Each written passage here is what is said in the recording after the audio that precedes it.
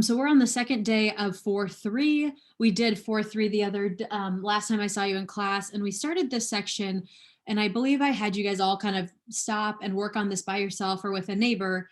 And we're just using our little unit circle and trying to go through it. So I've got mine. Mine's on a paper plate. I did it as a paper plate in the past, but we did not have time this year. So I'm just going to keep looking to mine off to the side.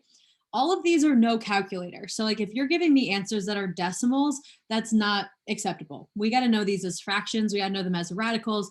When I say evaluate exact, that means I need like a fraction, a pi if needed. I need a radical. So on a homework most recently that I graded, I realized that a lot of us were giving decimals, and I marked off some because you need to realize exact means exact. Also, I said I graded all the homework, but there were a few, 2 or 3 or 4 that were in. So I think it was like Will, Brooke, and Janae. I'm so sorry. I'll get those graded. I just graded Saturday night and then didn't grade again. So I see those. I'll get them in. If anybody else thinks that they turn something in, just let me know. Or if it's missing, just get it done. So what we did for like letter A, again, I'm just reviewing letters A through C because we did those on Friday. We literally looked at the graph and I knew that I was looking at Y for sine, and I went to 150 and I saw my Y there was 1/2. Cool. The next two were a little bit more work, so I'll show both of them kind of at the same time. A cotangent, I had to remind myself, was x over y, and I went to 5 pi over 3 to find out that x was 1/2 and y was negative root 3 over 2.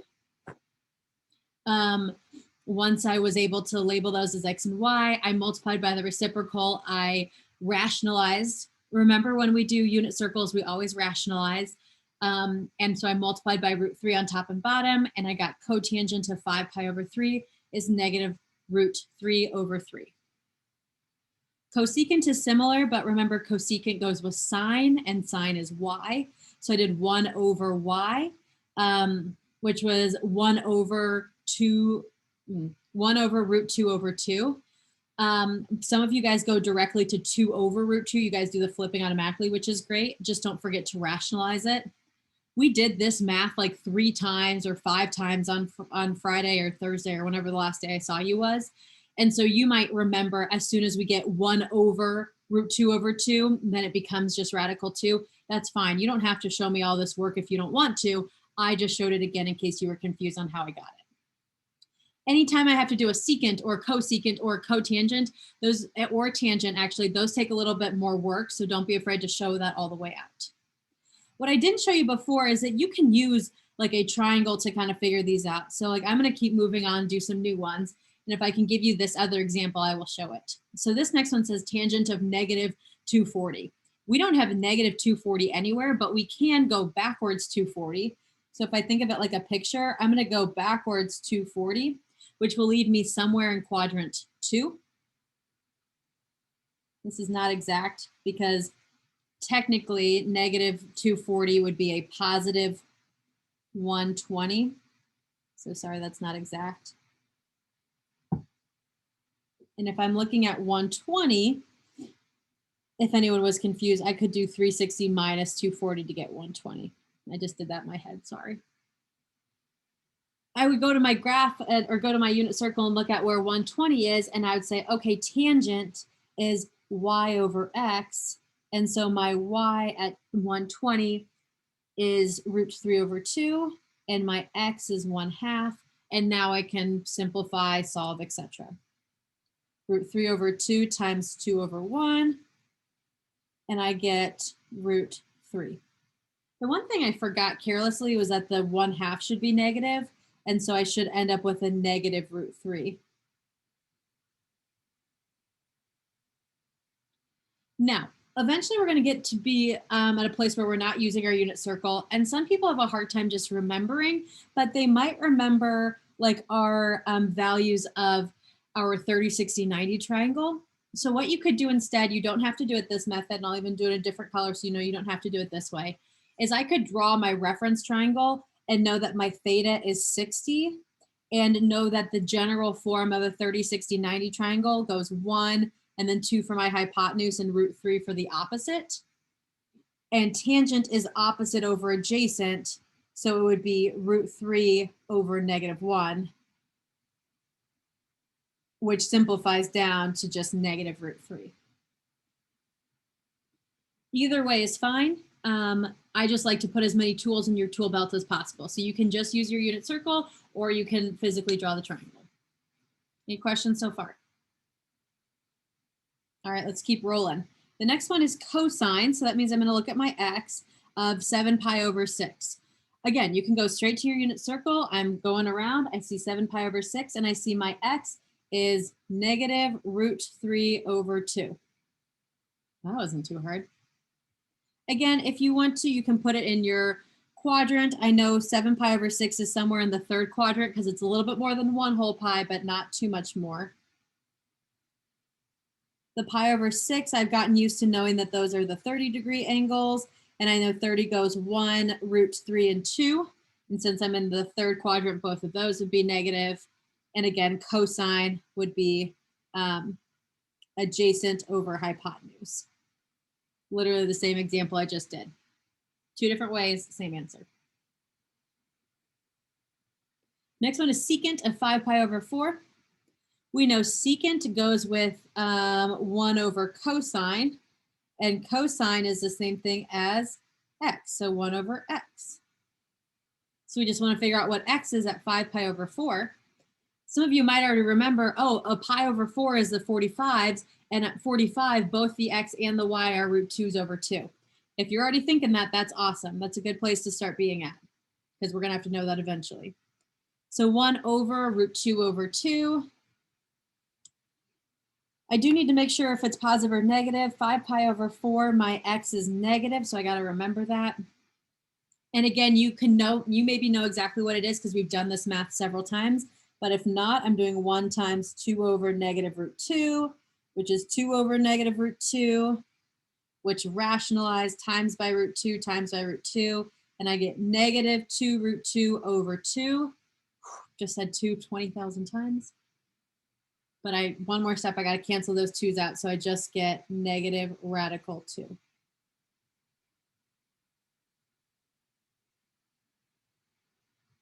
Any questions so far? All right, we got 6 more like this, but the good thing is a couple of them are just quadrant angles. So I don't really have to do any mad crazy work like this. Remember that quadrant angles are the ones that are like on like the X or the Y axes. So like 0, 90, 180, 270, 360. We could also go around with pi's, pi over 2, pi, 3 pi over 2, 2 pi. We'll get more into that soon, I promise. It helps me remember which axes they go on because then it's really easy to know what point they are. So like sine of 90, well, 90 is the point 0, 1. Sine is y, so y of 0, 1 is just 1. Again, we're just reading our circle. Read, read, read, read, read, read, read. The next one says cosine of pi. Well, pi is the 180, and 180 is at the point negative 1, 0. Oh, that's bad.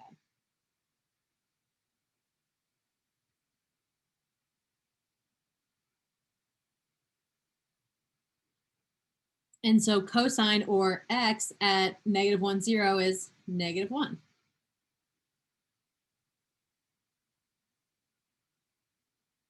Those 2 are just search and finds. The next one, I'm going to have to do a tiny bit of math, but it's going to be very tiny, I promise. Tangent of 3 pi over 2. Well, that's my 270, and I usually start doing these kind of conversions in your head. If I say 3 pi over 2, you should think, okay, that's 270. 270's point is 0, comma, negative 2. Okay, that's helpful. Let me go right over here just so I don't have to keep scrolling in and out. But it says it's tangent, and tangent is y over x. So I'm just going to use my y over x. I'm going to say negative 1 over 0. Oh, but anything divided by 0 is just undefined. If 0 is in the bottom, you can't do that. I can't divide anything by 0. It is undefined, and that's an okay answer. I'm going to write undefined right here for my tangent of 3 pi over 2.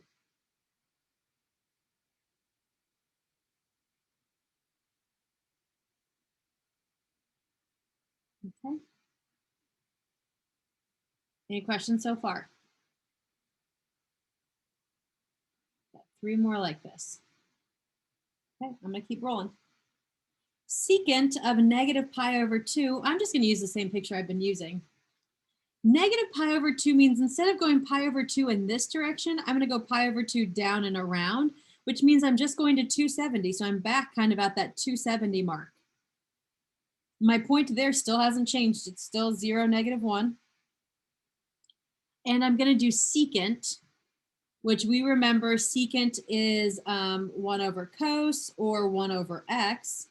And my x here is 1 over 0. No, we just did that. That's just undefined still.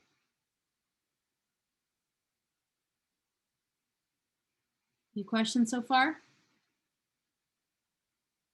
Okay, I'm going to skip cotangent of 780 for a second because I think cosine of 0 is super quick, super easy, and just on like the same track of mind we were just doing. Cosine of 0, the point at 0 is 1, 0. And if anyone's like, how is she getting these points? Come see me. A lot of this stuff might feel really difficult, but I need you to talk to me for like 5 minutes outside of class, and I promise I'll clear this up. So if you're like, I don't get anything, suck up your pride and come talk to me because I promise I'll get you right on track very, very quickly. 1, 0 is the point at 0, and I'm looking at cosine, which is x. So my cosine of 0 is just 1.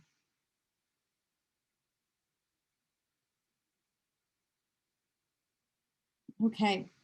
Any questions on those last 5 quadrant angles we just did? K is a little bit different, which is why I skipped it. I like to kind of follow one track of mine before I switch train tracks. We're going to switch our train tracks now to do 780. I am going to draw a picture here just because I need to visualize what's happening because 780 is more than 360.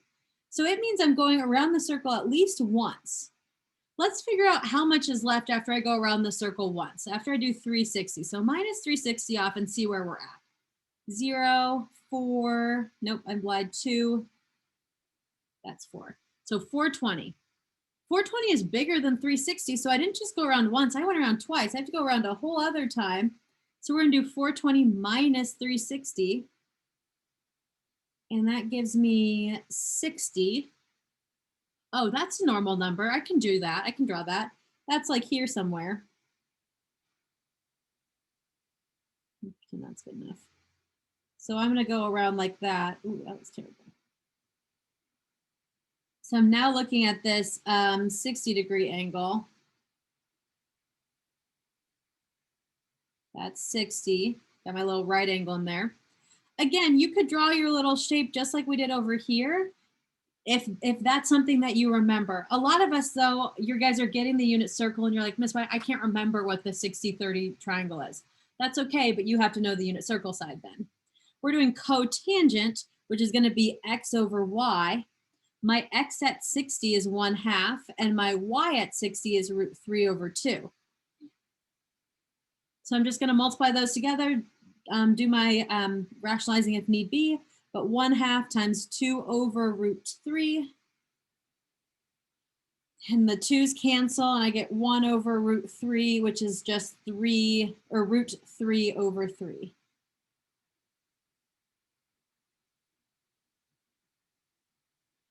I promise more of these will do. You'll find a pattern.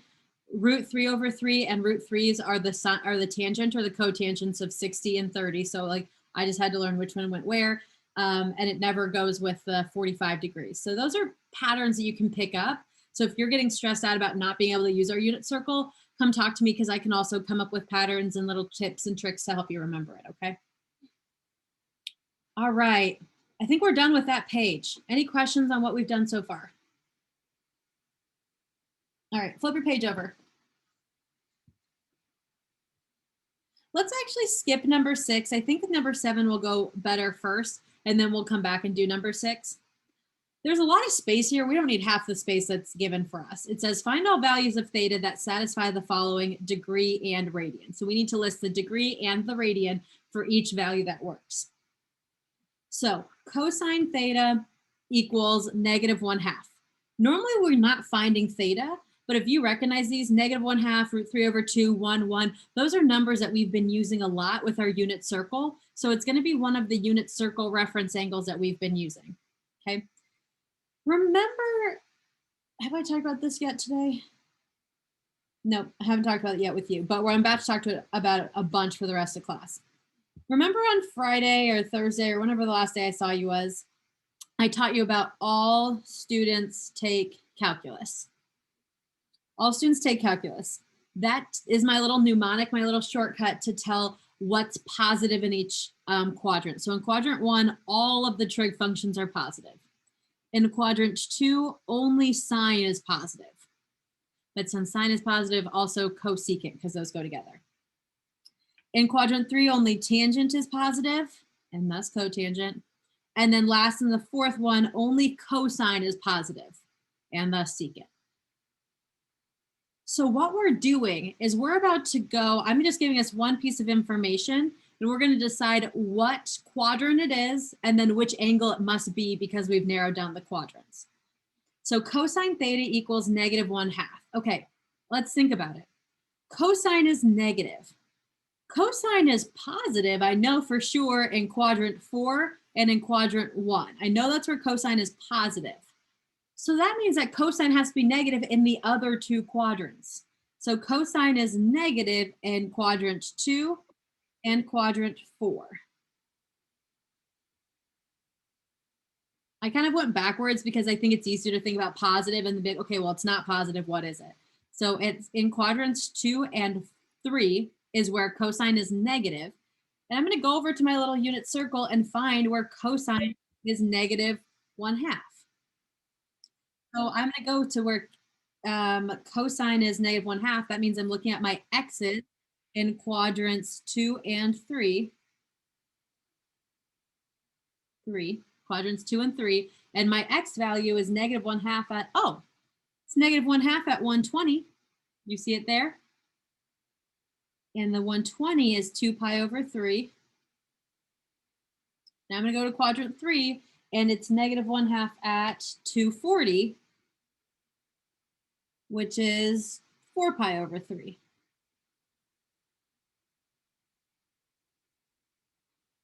You don't necessarily have to have all the work that I have, and I like work in parentheses. You don't necessarily have to write that or write the x. I don't care. But if you have some crazy answers, I may be like, okay, you should have found the quadrant, or you should have identified whether it was x or y first to help you lead yourself there.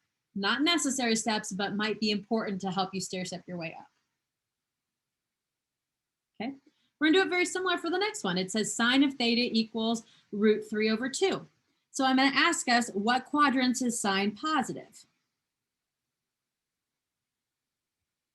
Sine is positive in, okay, well, the one that says sine is positive, that's where it's positive.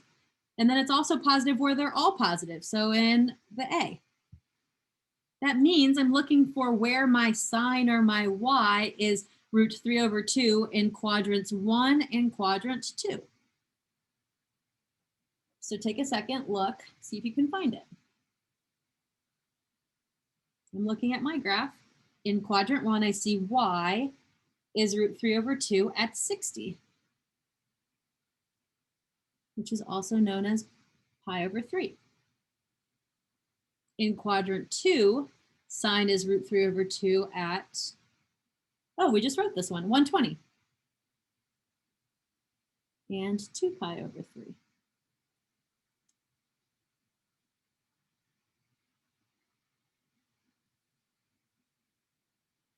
Sounds good. Any questions on that so far? Let's skip tangent really quick. Let's do sine. It says sine theta equals 1. Okay. Sine of theta equals 1. So that's where sine, or my y, is positive. And y is positive in quadrants 1 and quadrant 2. We were just looking at those. I don't know why I erased them. But now I'm looking for which value says sine, or my y, is 1. And there's only one place where y is 1, and it's at 90. It's right here. It's actually the quadrant angle in between the 2 quadrants. So you can write quadrant 1 and quadrant 2, but the minute I know this is a quadrant angle, I only have one place where this one's true. If it was 0, it could be in more than one place, but if it's 1 or -1, it's usually only in just one place. That's the easiest way to find it. at least 4 quadrant angles, if it's sine or cosine. So I'm going to say 90 or pi over 2. That's the only place, that's the only option that I could have. If sine of theta is 1, theta has to be 90 or pi over 2.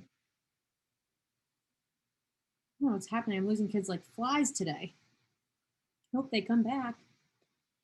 The last one we're going to do before we do another type of problem is this one. It's called tangent of theta equals 1. This one's pretty simple, except we got to remember that tangent isn't physically on my graph. Let's think about where tangent is positive, though. It's positive in the first one because that's where they're all positive, and in the last one.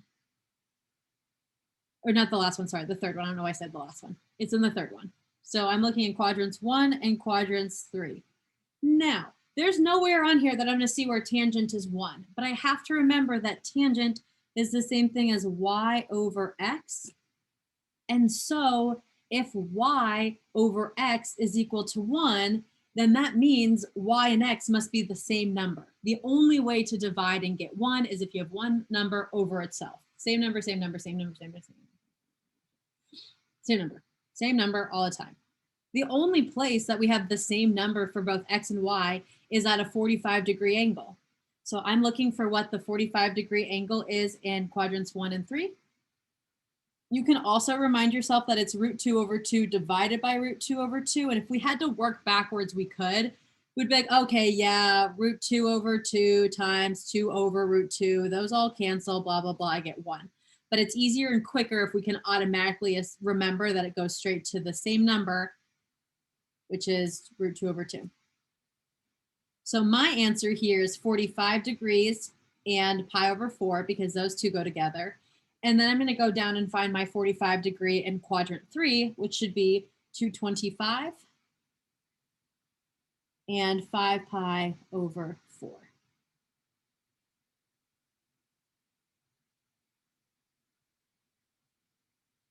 Okay, not a ton of work here, but I did need to remember this. And I'm about to use this picture on the next two problems. I'm going to go back up to number 6.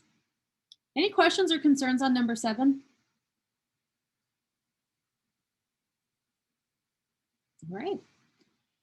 Number 6. This one says, use the given to find the desired values. If cosine of theta equals 2/3 and tangent of theta is less than 0, find sine of theta and cotangent of theta. Now we're about to use almost all of our skills that we've learned in this unit all together in one thing. So I hope you're ready. First thing I'm going to do is use what we just learned. All students take calculus. So I'm going to come up here and write it up here just so I have it in easier access. All students take calculus. I have to figure out what quadrant I'm in. This is super similar to problems 1 and 2 like we did last class, where I gave you like a picture and we had to find all of the trig values. I had a Pythagorean theorem and find them all. Sometimes I had to even draw it myself. This time I not only have to draw it myself, but I have to figure out what quadrant I'm in. And if you're not in the right quadrant, you will not get your sign, your positive and negative signs correct. So I have to ask myself, where is cosine positive? So look at your picture. Cosine is only positive in quadrants 1, because they're all positive there, and 4, because only cosine's positive there. So if I only had one piece of information, I would not know whether it was quadrant 1 or 4. However, I did give you a second piece of information, which is tangent of theta is less than 0. Less than 0 means negative. If it's negative, we got to think about where is tangent negative. Well, this graph tells me where tangent is positive, so I just want the places where tangent isn't positive. So I know tangent is positive in quadrant 3, so it's not quadrant 3. And I know tangent is also positive in quadrant 1 because everything's positive in quadrant 1, so it's not that. I know tangent is negative when only sine is positive, and I know tangent is negative when only cosine is positive. I really like doing a visual because it's super clear once I write that quadrant 2 and quadrant 4 are my only options for tangent being negative. It is super clear that quadrant 4 is the only thing that satisfies both of these conditions. It's my overlap. It's the only place where both of these things can be true, so that's where this has to happen. Is everyone okay with that? Do I need to explain that again?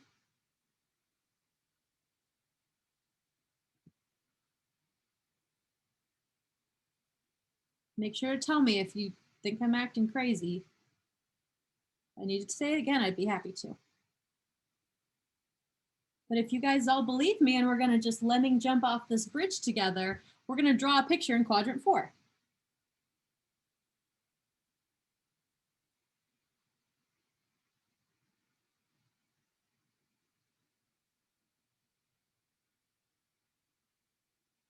This is as close to a right angle as I'm going to get.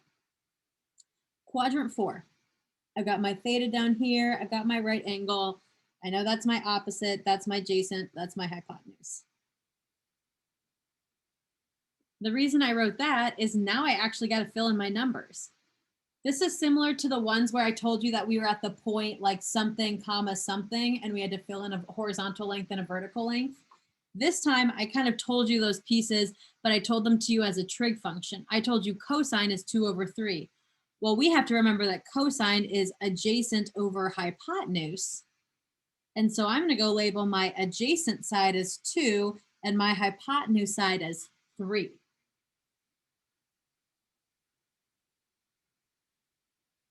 Everybody okay with this so far? Yeah. Awesome. Thanks, Whitley. Now we got to do Pythagorean theorem. So we did that earlier. We're going to Pythagorean theorem in order to find my opposite side. 2 squared plus x squared equals 3 squared. Now, something on a few homeworks I saw is that we switched our like x and our 3. You treated 3 like it was an opposite and not like a hypotenuse. So be super careful that you do not switch those guys. I only took off a very little amount just because I don't take off a lot on homework anyways, but on a quiz that could really destroy you. So just be super careful, super cautious. Most people had the picture perfect. They just forgot it when they put it in the equation. So 2 squared is 4, x squared equals 9. Minus 4 from both sides, I get 5, and square root both sides, I get radical 5. I can't simplify that, so that's as good as that one gets. So I'm going to go for opposite and write radical 5.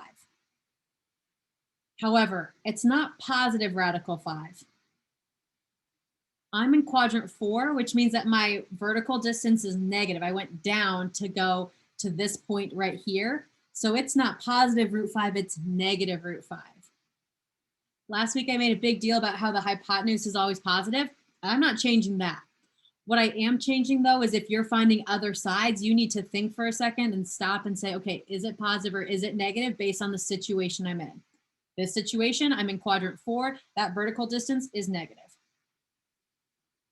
And then now it just says find cotangent and sine. In the past, we've done all of them. We did sine, cosine, tangent, cosecant, secant, cotangent. If you want to find all 6 of them to make sure that your 2 are correct, go for it. I don't care. But you can also remember what we know about all of these things. Like I know sine is opposite over hypotenuse. So I'm just simply going to go find opposite and hypotenuse, which will be negative root 5/3. That's my answer. You don't have to write opposite over hypotenuse. That does not need to be there, but I'm just showing you all the things I know.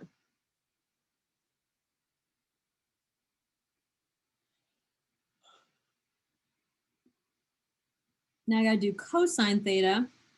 Not cosine, sorry, I lied. Cotangent. These are 2 very different things.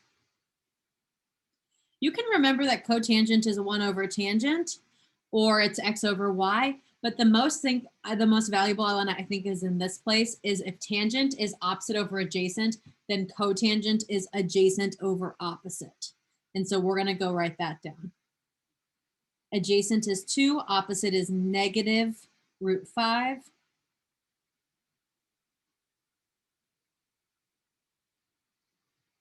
I told you don't have to rationalize here, and I will make sure on a test or quiz that I'm super obvious whether you do or don't have to rationalize.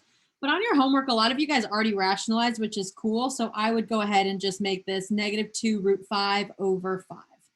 It's not hard to rationalize. It just doesn't matter that much to me. So either way is okay.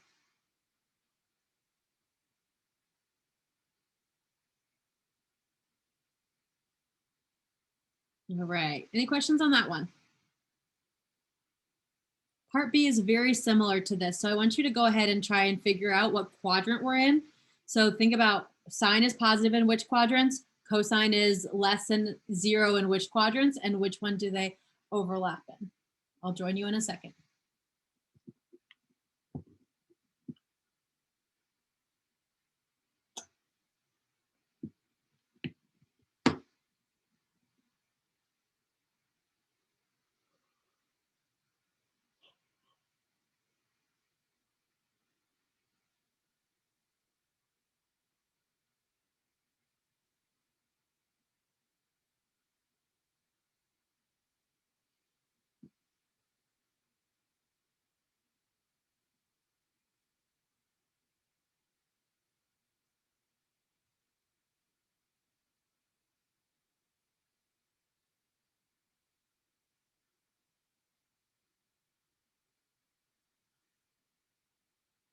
If you're waiting for me or if you don't know where to start, I'm going to start talking. If you're doing great, then keep rolling on your own.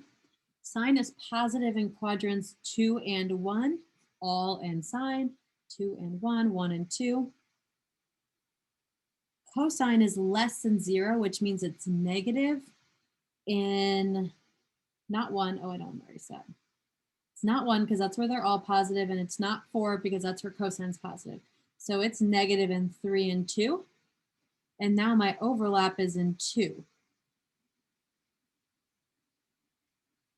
Ooh, I'm so sorry.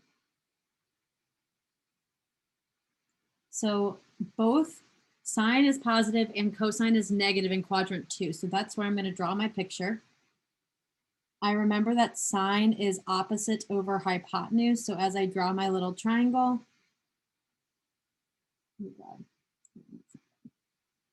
as I draw my little triangle and my right angle and my theta, I'm going to label my opposite as 1 and my hypotenuse as 5. I'm going to label opposite, hypotenuse, and adjacent just in case I get crazy and forget. And then I want to find what my adjacent side is by doing Pythagorean theorem. So 1 squared plus x squared equals 5 squared. 1 plus x squared equals 25. Minus 1 from both sides and square root. That's radical 24, but that's not a good enough answer. We got to simplify that. We are far enough in our math career. This is not perfect. I'd like it more perfect. Don't forget to factor tree. So I've got 2 and 12. I can do 2 and 6. And 6 becomes 2 and 3. If I remember from my factor tree, anything that's written twice gets to come out. So 2 and 2 make 1 2 that comes out. And then the other 2 and the 3 don't have any friends. They don't have any pairs. So we're going to leave that under the radical, 2 root 6. So I'm going to go write 2 root 6 over here. And because I'm in my second quadrant and I went to the left side, I'm going to make that a negative 2 root 6. We got to do secant and tangent. And again, you can do sine, cosine, tangent, cosecant, secant, cotangent. I don't care. I'm just going to remember how like secant and tangent relate to normal SOHCAHTOA, and I'm just going to use that to help me solve there. So I'm going to do secant first. I remember that secant and cosine go together. So if secant is the reciprocal of cosine, then secant is going to not be adjacent over hypotenuse, but the reciprocal, hypotenuse over adjacent. Hypotenuse over adjacent. So I'm going to go look. Hypotenuse is 5, adjacent is 2 root 6. 5 over negative 2 root 6. Again, you can leave it like that, or we can rationalize. Negative 5 root 6 over 2 times root 6 times root 6 is 2 times 6, which is 12. And that's as simple as that one gets.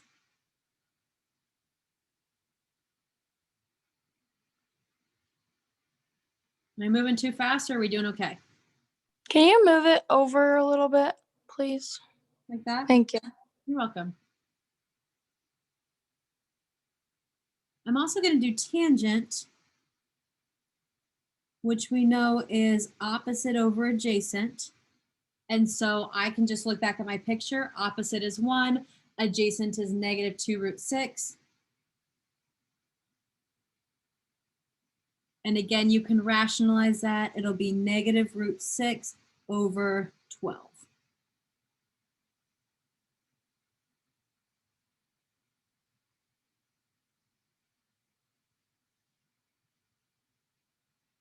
Okay. Any questions on these last two problems I've done? Okay. We are finished with 4-3, but I want to tee us up and get us ready for 4-4 so we can hit the ground running on Wednesday. I know I'll probably have to review this, but I do want to say it once so it's the second time you've heard it when you hear it on Wednesday in class and not the first time. Do we need to stay here for a minute or can I move on? I'm good. Okay, Brooke's good. I'm going to take that as we're all good to move on. So we'll do more problems like these. We'll do more practice, but we are officially done with 4-3. And now we're moving into graphing. So we need to look at the generic cosine and sine graphs. If I can do cosine, awesome. If not, I'll just do sine. Sine graph, I told you one thing you needed to know about sine and cosine back in unit 1.3 when we did BFFs. I told you that they're waves. And I told you that sine always goes through 0, 0. The parent function of sine always goes through 0, 0. And the parent function for cosine always goes through 1, 0. So back in unit 1, that's how you told the difference. Other than that, you guys just did like waves like this, and I just let that be. Starting today, there's a correct way to graph this. So I have my unit circle next to me still because this is relevant to what we're doing now. We know sine is the y value on my unit circle, and there are 5 points that I care about. They are the quadrant angles. I care about, and I like to go kind of backwards, which is not ideal, but I care about 0 and 2 pi. I care about pi, and then I care about the 2 in between them, pi over 2 and 3 pi over 2. I'm going to know all of these values, all the signs of each of these angles by using my unit circle. Sine of 0, if I go to 0, the y there is also 0. Okay, cool. That's why I know I have that point right here. Probably should use dots, not circles there, but it'll work its way out in a second. Go up to pi over 2. The y at pi over 2 is 1. So I'm going to be up here at 1 at pi over 2. The y at pi, or 180, is 0. So I'm going to be back at 0 at pi. The y at 3 pi over 2 is -1. So I'm going to be down here at -1 at 3 pi over 2. And then at 2 pi, I'm back to the beginning. So my y, or my sine, is 0. I'm going to connect all my little purple dots in a pretty wave. And that is my sine curve. The A stands for amplitude. And amplitude is like how tall it is, but it's divided by 2. So it goes from +1 down to -1. And so I just think of it as like 1/2 of that. So from like the x-axis to the tallest point, or from the x-axis to the lowest point, has an amplitude of 1. The period is how far horizontal you have to go through a complete cycle. So in order to do an entire wave and get back to the beginning, it takes us 2 pi. It takes us 2 pi to go all the way around the unit circle. You can also think of like a grading period. A grading period is the amount of time it takes to go from like the beginning of the quarter to the end of the quarter. And then we start back over at 0, and then we start back over. So period is like how long it takes you to do an entire wave curve. Okay. That is all that we have time for today. So you are expected to have 4-3 homework done when I see you on Wednesday, and we will catch back up here on 4-4 when I see you then in person. Have a good rest.